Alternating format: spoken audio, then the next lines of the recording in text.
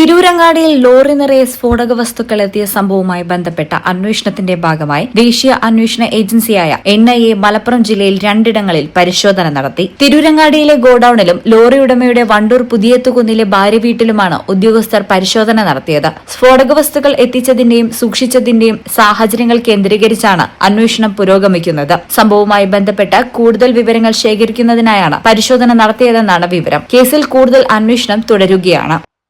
ഈ channel Tirurangadi. BSc optometry ഒരു professional കോഴ്സാണ്. ഇതൊരു പ്രാക്ടിക്കൽ ഓറിയന്റഡ് കോഴ്സും കൂടിയാണ്. ക്ലാസ്സിൽ പഠിക്കുന്നതിനേക്കാൾ ക്ലിനിക്കൽ എക്സ്പോഷർ കൂടുതൽ വേണ്ടൊരു മേഖലയും കൂടിയാണ്. അൽസലാമ ഐ ഹോസ്പിറ്റലിൽ ആവശ്യത്തിലധികം ക്ലിനിക്കൽ എക്സ്പോഷർ നമുക്ക് ലഭിക്കുന്നുണ്ട്. അതുകൊണ്ട് തന്നെ വേഗത്തിൽ പഠിക്കാൻ പറ്റുന്നു, എല്ലാം മനസ്സിലാക്കാനും പറ്റുന്നു. We are very happy to be the part of Al Salama Optometry College.